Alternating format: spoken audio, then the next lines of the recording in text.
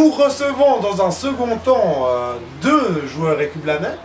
Donc tout d'abord le poulpe de Gallego, 2,30 m apparemment, est-ce une rumeur ou pas? Je crois que c'est une belle rumeur. Numéro 19, Daniel Alvarez.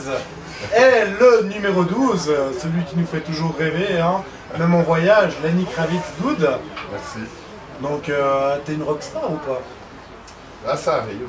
Ça arrive. Voilà, suivant le lieu et l'heure, ça arrive qu'on soit un peu dans l'esprit rockstar. Rockstar, en tout cas, bienvenue messieurs pour cette 52e interview de l'aftermatch, comme on peut dire.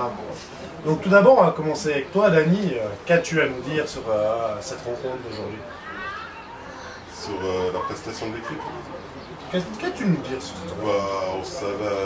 on savait que Montreux avait des bons attaquants, que ça allait jouer vite devant, quoi. Donc personnellement, c'était une des tâches qu'on avait avec Dude, quoi, derrière.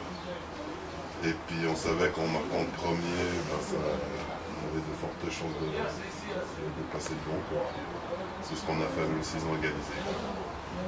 On a vu un FC Écublens à deux vitesses aujourd'hui, en tout cas du bord de la touche. De temps en temps, des très bons passages. De temps en temps, en fait, de très mauvais passages.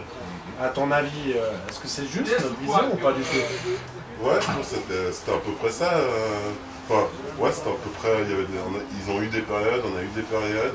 Et justement, on a pu bien les bloquer dans des périodes un peu périlleuses pour nous, quoi. Puis après, c'est vrai que derrière, ils étaient peut-être un peu plus, on va dire moins disciplinés que nous, puis c'est ça qui a fait la différence aussi, quoi. Aujourd'hui, Écublens a joué à 4 derrière. Est-ce que ça a une conséquence défensive au niveau du score ou pas du tout? Ouais, c'est assez dur à dire. C'est toujours des équipes différentes en face, quoi. Donc c'est dur de comparer, mais on n'a pas eu forcément beaucoup plus. Bon, on a eu peut-être un peu plus le ballon, mais c'est vrai que ce serait cool de garder un peu plus le ballon en jouant en 4-4-2. Non, pour une première, je crois que c'était la première fois durant la saison, ça s'est bien passé en fait. Une dernière question pour toi, Dany, avant de passer à Doud. Ouais. Est-ce que tu penses que Jody est pas meilleur, est meilleur en fait latéral que milieu de terrain? Je sais pas. S'il y a une question, il faudrait lui poser la question à lui, quoi. Bon, après, c'est vrai que c'est toujours assez dur de passer d'un poste à l'autre, quoi. Parce que là, il a fait plusieurs matchs comme latéral. Il a ses repères, après il faut passer au milieu de terrain, donc c'est pas forcément évident. Après ça, je sais pas. C'est vrai que latéral, il est pas mal, quoi. Il a un bon impact aussi au milieu de terrain. Moi je le préfère au milieu, il me laisse une place comme ça. Merci justement. Suite à ta prestation un petit peu, je dirais pas laborieuse la semaine dernière, mais tu as été quand même remplacé à la 45e minute. En tout cas, du point de vue de Giroud, penses-tu qu'aujourd'hui tu as sorti ton match ou pas du tout? Ça dépend. Les 15 premières minutes, non, pas du tout. Après, je pense que j'ai eu le mérite de me reprendre. 15 premières minutes très difficiles. Enfin, c'était un match assez spécial où la première minute, on se fait 2-3 occasions assez nettes. On peut ouvrir la marque d'entrée. Puis en fait, au final, on a quand même subi de ces 20 premières minutes, je trouve, où ils partaient souvent. En fait, on jouait assez haut et on avait le vent contraire, donc on se faisait souvent prendre dans le dos. Et de mon côté, c'était assez dur de comprendre comment ils faisaient ces appels, parce que c'était assez fort. Sur les côtés, c'était assez fort et je pense que j'ai eu pas mal de peine sur les 3-4 premiers ballons qu'ils ont vraiment balancé dans mon dos. Puis après, je pense que j'ai eu le mérite de me reprendre. Justement, on l'a remarqué, en tout cas du côté de la Web TV, le FC Rapide Montreux jouait principalement sur le numéro 12 et sur le numéro 18 suite à des longs ballons. Exactement. Et ça arrosait, quoi. À gauche, à droite, ça arrosait. Et puis je crois que Mathieu aussi, de son côté, je crois qu'il a aussi du fil à retordre. Enfin, c'était pas évident cette première mi-temps, en particulier cette première mi-temps.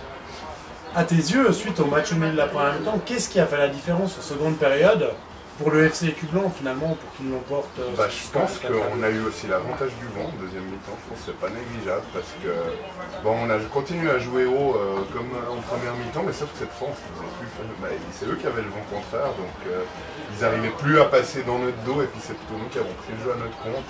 Puis je trouve qu'avec 2-3 enchaînements en attaque, on a pu passer l'épaule assez facilement en fait, finalement. Une dernière question pour toi, à tes yeux, quelle est la meilleure occasion écublanaise? Ou pourrais-tu nous faire revivre une occasion ou un but écublanais? Je sais plus si c'est le 2 ou le 3e, mais je trouve un but assez joli avec un dédoublement, plusieurs dédoublements. Je crois que c'est le but de Tony, mais c'est le 3e, c'est le but de la sécurité, je crois. Ouais. Vraiment une belle action collective où ils ont fait des passes simples, décalage simplement, et puis on a vu qu'on a mis hors de position.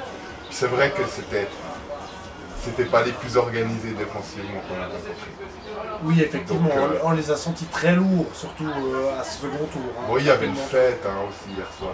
Oui, d'ailleurs on est dans leur bus. Hein. On est dans leur bus, qui est, c'est fantastique quoi, tout ce qu'ils ont fait, mais visiblement hier, je pense qu'ils ont vu.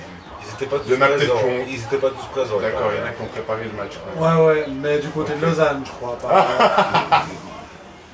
Bon, dernière question pour vous, messieurs. Qu'est-ce que vous pensez du busitage des pompiers du côté de la France? Est-ce que vous êtes au courant d'ailleurs qu'il y a eu un bisutage chez les pompiers? Perso pas.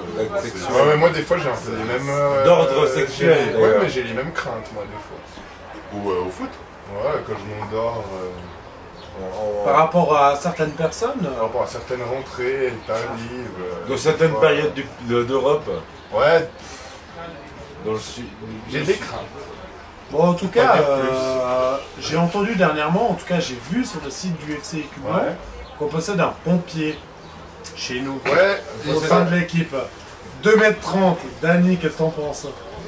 Qu'est-ce que j'en pense? Je sais pas, je trouve que c'est un mythe lancé de toutes pièces. Quoi.